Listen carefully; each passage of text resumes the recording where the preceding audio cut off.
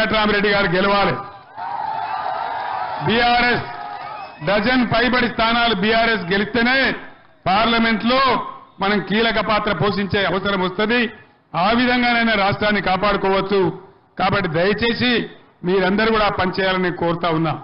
నా ప్రాణం ఉన్నంత వరకు, దేవుడు ఇచ్చినటువంటి ప్రాణం ఉన్నంత వరకు తెలంగాణ కోసం నా ప్రాణమైన బలిపెడత గాని అన్యాయం మాత్రం జరగనివ్వను. మీరే నాకు అండదండ, మీరే నాకు ఇన్స్పిరేషన్, మీరే నాకు ఊపిరి. నేను ఒక్క మాట, నేను పెద్దవారిని చిన్న మాట మాట్లాడను. కానీ ఇక్కడ ఉండే పోలీసులకు నేను చెప్తా ఉన్నా, మీరు చాలా అతిగా ప్రవర్తిస్తా ఉన్నారు.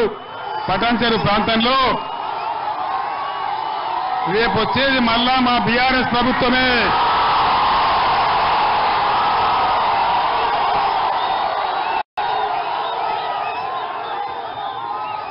ఒక్క మాట, నేను పోలీసు గురించి చెప్తే స్పందన ఎట్లా ఉన్నదో పోలీసులు చూస్తా ఉన్నారు. మీరు అతి ప్రవర్తన చేస్తే మట్టుకు మళ్ళా వచ్చేది బీఆర్ఎస్ ప్రభుత్వమే. జాగ్రత్త హెచ్చరిస్తా ఉన్నా.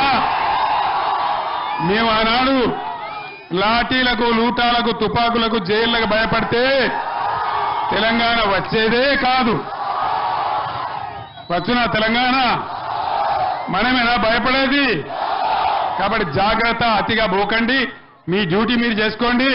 మీకు రాజకీయాలు అవసరం లేదు. కాబట్టి జాగ్రత్త ఉండమని నేను పోలీసు సోదరులకు చెప్తా ఉన్నా. మీ అందరినీ నేను కోరేది ఒకటే, మన ఐకమత్యమే మనకు శ్రీరామ రక్ష. అందరం కలిసే ఆనాడు తెలంగాణ తెచ్చుకున్నాం. ఈనాడు ఈ దుర్మార్గ కాంగ్రెస్ నుంచి, దుర్మార్గ బీజేపీ నుంచి తెలంగాణను రక్షించుకోవాలంటే డజన్ పైబడి స్థానాలు మనం గెలవాలి. వెంకట్రామరెడ్డి ఒక రిటైర్డ్ ఐఏఎస్ ఆఫీసర్, ఇదే జిల్లాలో కలెక్టర్గా పనిచేసిన వ్యక్తి. నేను గెలిస్తే 100 కోట్లతో ట్రస్ట్ పెట్టి పేద విద్యార్థులకు చదువు చెప్పిస్తా అని చెప్పినాడు. ప్రతి నియోజకవర్గంలో ఆయన సొంత నిధుల నుంచి, గవర్నమెంట్ నిధులు కాదు, ఆయన సొంత నిధుల నుంచి ఒక కళ్యాణ మండపం కట్టించి ₹1 పేదలకు లగ్గం చేపిస్తా అని చెప్పినాడు. ఇట్లా ఎవరు చెప్పలే, ఎంపీ కూడా చెప్పలే, ఎంపీ కాకముందు చెప్పలే.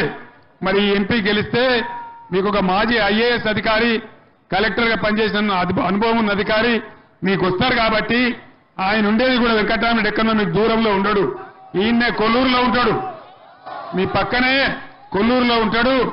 అన్నా అంటే నేను ఉన్నాను మీకు వస్తాడు, మీ పక్కనే ఉంటాడు. కాబట్టి విద్యాధికుడు, చదువుకున్నవాడు, ఆయనకి బాగా ఆస్తిపాస్తులున్నాయి.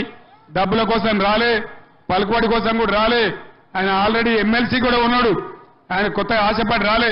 వెంకట్రామరెడ్డి నిలబడతా నేను అడగలే, నేనే అడిగినా. ఇది పెద్ద ఏరియా, మెదక్ నియోజకవర్గం, మీలాంటి వ్యక్తి ఉండాలి, చదువుకున్న వ్యక్తి ఉండాలని నేనే అడిగినా, నేనే నిలబెట్టా. కాబట్టి నా మాటను గౌరవించి దయచేసి మీరు వెంకట్రామరెడ్డిని గెలిపించాలని నేను కోరుతా ఉన్నా. मेदक पार्लियामेंट हल्के के सारे मुसलमान बुजुर्गों को, भाइयों को, बहनों को मैं सलाम करता हूं. గెలిపించారు మీ బతుకులు బాగుపడాలి.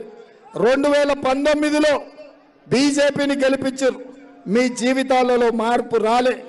ఈసారి 2024లో పెద్దలు నీతి నిజాయితీకి మారు పేరు 40 సంవత్సరాలు ప్రజా జీవితంలో ఉన్న రైతుల కోసం కొట్లాడేటోడు కాదు, నిజమైన రైతు, దుక్కి దున్నినోడు, వ్యవసాయం చేసినోడు, రైతు సమస్యలు తెలిసినోడు జీవనన్నను ఈసారి ఎంపీగా గెలిపించండి.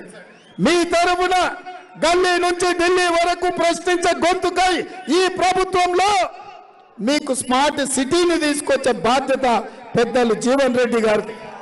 మీరు జీవనన్నను గెలిపించండి, మీకు ఇంజనీరింగ్ కాలేజ్, మహిళా డిగ్రీ కాలేజ్ ఇచ్చే బాధ్యత నాది. మీ పట్టణానికి, మీ నిజామాబాద్ పట్టణానికి రింగ్ రోడ్ వేసే బాధ్యత నాది. మీ ఎస్సీ ఎస్టీ బీసీ మైనారిటీ రిజర్వేషన్లను కాపాడి, రిజర్వేషన్లను పెంచి, బీసీ జనాభా లెక్కలు కట్టి మీకు నిధులు, మీకు రిజర్వేషన్లు మీ జనాభా ప్రాతిపదికన ఇప్పించే బాధ్యత నాది. అందుకే మిత్రులారా, ఇవాళ మిమ్మల్ని సూటిగా అడుగుతున్నా, పెద్దలు జీవన్ రెడ్డి గారికి అండగా నిలబడండి. 10 ఏళ్ళు మన ప్రభుత్వం ఉంటుంది, ప్రజాపాలన అందిస్తాం. ఇవాళ వచ్చిన 100 రోజుల్లోనే మా ఆడబిడ్డలకు ఆర్టీసీలో ఉచిత ప్రయాణం ఇచ్చినాం. 150 రోజుల్లో 40 కోట్ల మంది ఆడబిడ్డలు ఇవాళ బస్సు సౌకర్యాన్ని ఉపయోగించుకున్నారు. ఇవాళ కాంగ్రెస్ పార్టీ అధికారంలోకి వచ్చిన ఎంబడే పేద ఆడబిడ్డలను ఆదుకోవడానికి 1200 ఉన్న సిలిండర్ను 500 రూపాయలకే ఆడబిడ్డలకు సిలిండర్ ఇంటికాడ ఇచ్చి 40 లక్షల కుటుంబాలను ఇవాళ మన ప్రభుత్వం ఆదుకున్నది.